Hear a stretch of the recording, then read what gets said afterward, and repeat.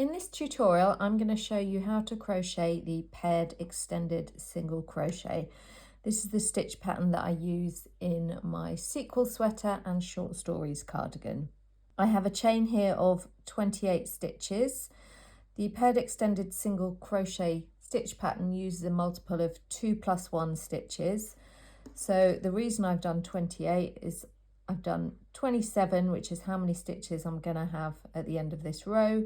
And then I've done 1 extra as the turning chain. And in this pattern, the turning chain does not count as a stitch. So this first chain here, this is my turning chain, and I'm going to ignore that, and I'm going to work my first stitch into this little back hump there.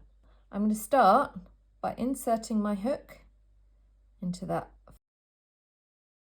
yarn over, pull up a loop, 2 loops on hook, yarn over, pull through 1, yarn over, pull through 2.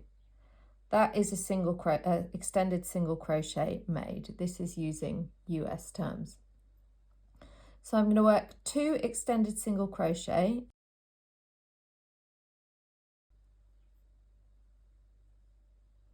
I have a separate tutorial for the single crochet, so I'm not going to go into too much detail about those here. So I've worked 2 extended single in my first stitch, which is the second chain from hook. I'm then going to skip this stitch here and work 2 more extended single into that next chain. 1,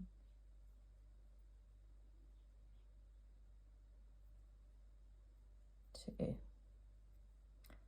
Then I'm going to skip the next stitch, so skip that chain, 2 extended single crochet in that next chain.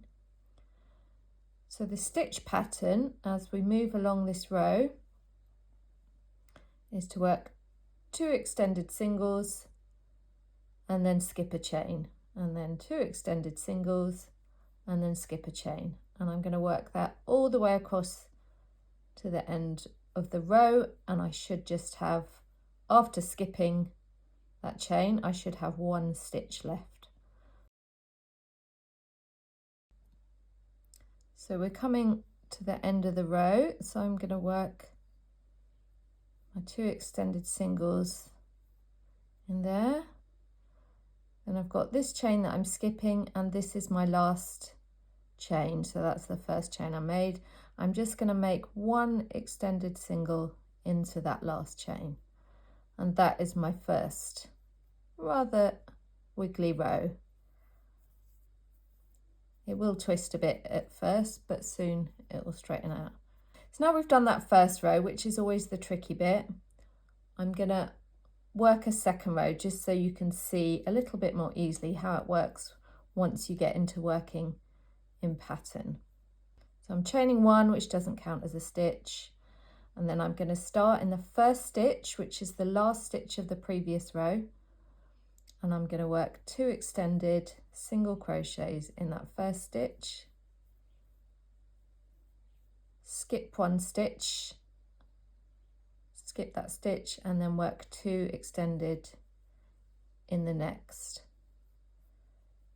Now as you start to work this, you'll see a little difference, because you always, from the pair, you always work in the furthest stitch, and you can see that there's a slight difference in the height. So the stitch you're going to work into looks a little bit lower, and that's just the nature of when you're working in pairs. You kind of have 2 bits like that. There's a little bit of a lean, but it helps you visually identify where to put the stitch if you lose track. And if ever you do lose track, just look for where, so you can see those 2 stitches are both made in the same place. You're going to be working in the second one. So 2 extended single crochet, skip 1, 2 extended single crochet. So we're going to work that all the way along to the end of the row for our second row.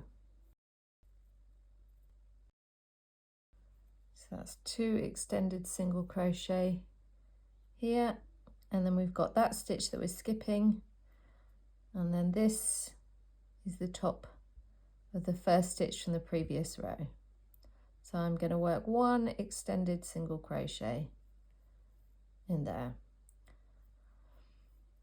That is 2 rows. So for the paired extended single crochet pattern repeat, you're essentially just going to repeat row 2.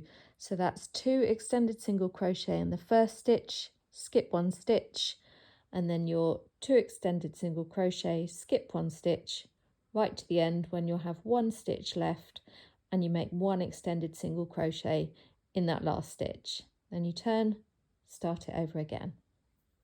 My finished swatch, you can see it has beautiful drape, beautiful stretch. Does need a bit of blocking though.